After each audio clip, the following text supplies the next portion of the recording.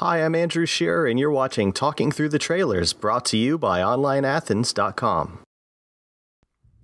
In this video, I'll be giving some trivia and insight on a couple of movies opening this week here in Athens. Now, I haven't seen any of them, so these aren't reviews. It's just the kind of first impression stuff I'd annoy you with if we were sitting in a theater together during the previews. And also, I should mention, both of the movies here are rated R, so even though these are just the trailers, there's still some scary, otherwise grown-up type images and situations here that you might not want little kids to see. Okay, so first movie is called A Cure for Wellness. It's about a real go-getter of a company man whose boss went off to some weird European medical treatment facility and never came back. And so the suits decide to send him out there to find out what's what. Now, this is the new movie by Gore Verbinski, who made all three Pirates of the Caribbean movies and the first Ring movie, or the Ring remake. But we haven't heard much from him since his Lone Ranger flick with Johnny Depp bombed big time back in 2013. The star of it is Dane DeHaan, who most would remember as Harry Osborn, a.k.a. the Green Goblin. Oh, God, that dude. Wow. In The Amazing Spider-Man Part 2. And that's the sequel to the Andrew Garfield one, not the Tobey Maguire one. I think the people who made this movie kind of know that he looks and sounds a whole lot like Leonardo DiCaprio, and because of that, there's a very kind of Shutter Island-ness to this whole thing, but, I mean, none of that is bad. Maybe a bit of Road to Wellville, a very, very twisted Road to Wellville. Who else is in this? Jason Isaacs is the villain, probably best known as Lucius Malfoy in the Harry Potter movies. That's bad guy credit right there. Bad guy credit for days. He also was Captain Hook in the 2003 Peter Pan, bad guy in The Patriot, I think.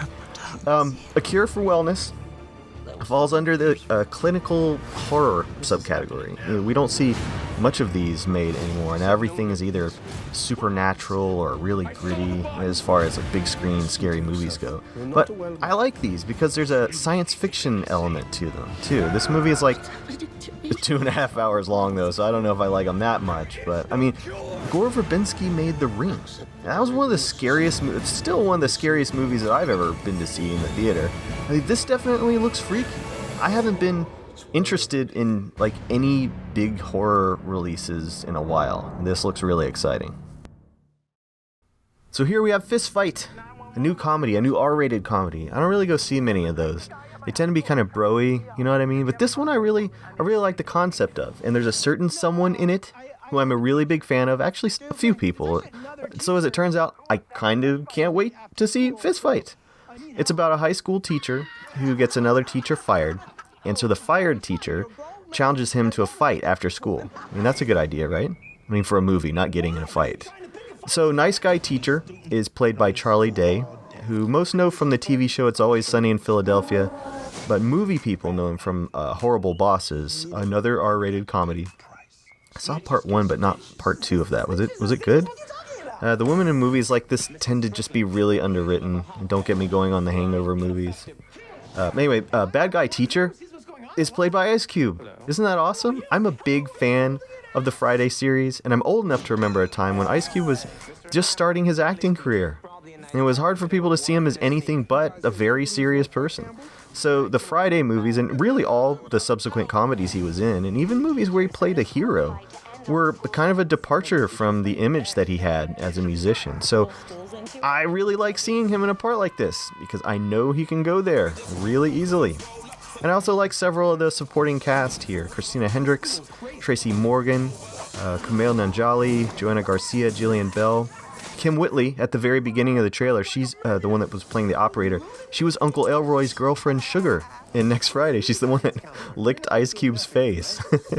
Anyway, the director of Fist Fight, Richie Keene, comes from television. He's done a lot of episodes of It's Always Sunny, a few here and there for various other things, but this is his first theatrical feature.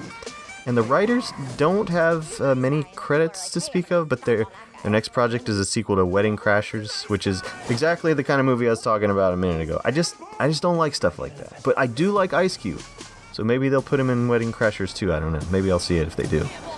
And I'm a really big fan of this concept too. One of my favorite 80s movies of all time is called 3 O'Clock High. Anyone remember that one? It's about a little guy who's supposed to fight the school bully at 3 o'clock. He spends the whole time trying to avoid the fight. It's really good. And I'm really old. Thanks for watching, and be sure to subscribe to the Cinemaphile podcast on iTunes, Stitcher Radio, and Downcast apps, and follow our Instagram at ABH Cinema and our Twitter at ABH Cinema. Thank you.